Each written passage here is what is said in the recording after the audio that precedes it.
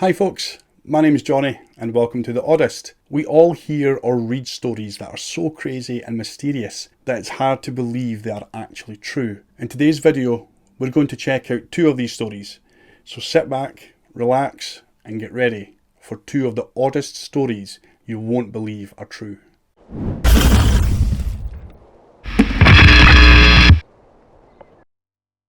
A family of 5 disappeared on a road trip in an attempt to get off the grid, only to turn up one by one after a week-long crazy escapade of more than 995 miles, which ended with a police investigation and 2 of them in psychiatric care. This was a missing person mystery that held Australia's attention back in 2016, but what were they running from? Oh folks, I've got a sneaky wee feeling this one's going to be bonkers. Stick with me though, don't you be running away off the grid. For our first story, we're going way across to sunny Australia. We've not been there since my Somerton Man video. Do you remember that? No. The Tromp family were by all accounts a normal, hard-working household. They were Mark Tromp, he was 51 years old at the time, and his wife Kobe, 53. They were doing alright for themselves in the land of Down Under.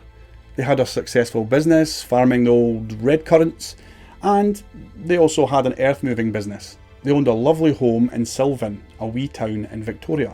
They also had 3 adult offspring. Rihanna, 29, Mitchell, 25, and Ella, she was the youngest at 22. On the morning of Monday the 29th of August 2016, without warning or reason, the entire family fled their home. And I don't mean they packed up all their stuff and left without telling anyone, I mean they literally ran away. They dumped their passports, their credit cards, mobile phones, all onto the kitchen table and boosted out of the house, leaving the door unlocked, and they all crammed into Ella's car and headed north. About 18 miles into the journey, the family discovered that Mitchell still had his phone. The family flipped out and started screaming at him to throw the phone out the window, which he reluctantly did.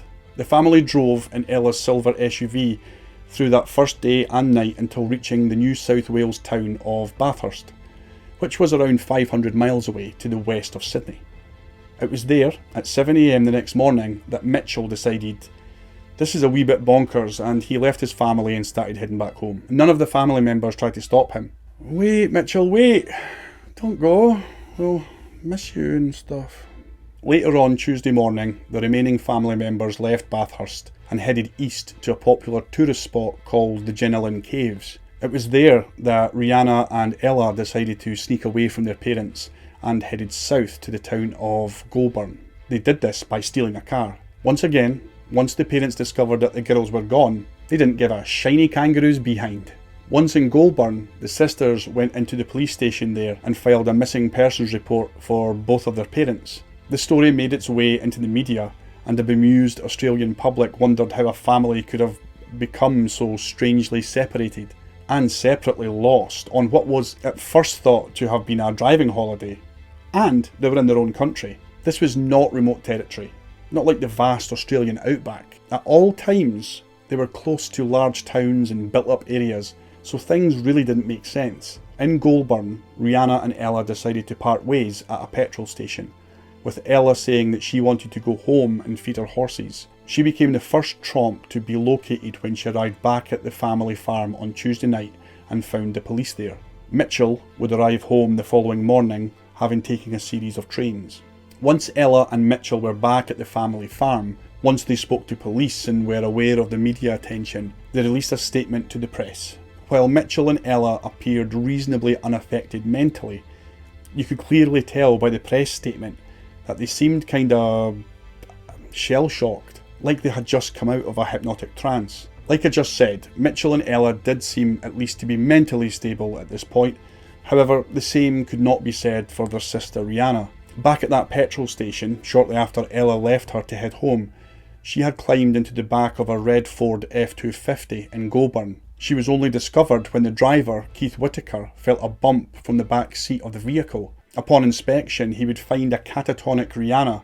She didn't seem to be aware of her surroundings at all. Mr. Whitaker would later say, "I felt a kick to the back of my seat. I turned round and saw 2 legs stretched across the back between my seat and the floor." He then called the police. As media interest grew, and the search effort began.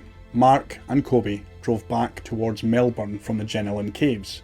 The next day, so around 372 miles south of the Victorian town of Wangaratta, they too became separated. Kobe headed north again by means which are still a mystery, and was found the next day 220 miles away in Yass. She was just wandering around in an agitated state. She was taken to a hospital there and later moved to Goulburn, where she could be with her daughter Rihanna as the pair continued their mental health treatment. Mark had stayed in Wangaratta. After dangerously tailgating a young couple, he was seen fleeing from Ella's Peugeot on foot, abandoning the vehicle. Police also began investigating a number of break-ins in the town, including one at a motel, though it's unclear if those were related to this case or indeed to Mark. Back at Sylvan, Mitchell and Ella made an emotional appearance before the media, saying that they were baffled by their parents' paranoid behaviour. "I've never seen anyone like this or anyone conduct themselves in this way. I just really want my dad to be found," Mitchell said. "He's not dangerous. He's my mate, my father. I love him." The last piece of this unusual puzzle was put into place on Saturday evening, 6 days after this strange excursion began, when Mark Tromp was found beside a road near Wangaratta Airport. He was questioned by police, then assessed by a mental health officer. He was then released into the care of his police officer brother, showing the middle finger to the photographer as he was driven away. He later released a more contrite statement, apologising for the hurt and concern caused by these events. He paid respect to the community resources devoted to his family's aid as the public attempted to make sense of the drama. Police do not believe there was any real threat to the family. One investigating police officer from Sylvan District described it as the most bizarre case that he's seen in 30 years. It's speculated that this was a case of folie à deux, which is French for madness of two. We've covered this in a previous video about the Swedish Eriksson twins, which I'll leave a link to in the description. Although folie à deux mainly covers two people sharing a similar delusion, there are other categories of this shared psychosis. For example, folie à trois means a shared delusion of three, folie à quatre, and so on and so forth. Man, my French is on fire. Woo! Merci. Elle passe l'aspirateur. Folie en famille being much the same, but this can be a psychiatric syndrome shared by a close-knit family. To be fair, whilst I was researching this story, one thought continually stayed with me. Let's put all of the madness and silliness aside. At least the family are reunited, and the outcome, in the most part, is a good one. No one was hurt. Whatever mental state each member of the family was in at various times throughout this episode, they didn't cause harm to themselves or to anyone else. Wherever the family members are today, and whatever they are doing with their lives, I sincerely hope that they are happy and all is well. On the morning of the 24th of March 2022, just before 7 AM, the residents of an apartment building in Montreux, Switzerland would be alerted to a gruesome and terrifying incident. After hearing a series of quick, sickening thuds coming from the street outside, several onlookers would gather and the residents would go outside to their balconies. Looking down at the street below, they would be horrified to discover the bodies of 5 people sprawled across this narrow street.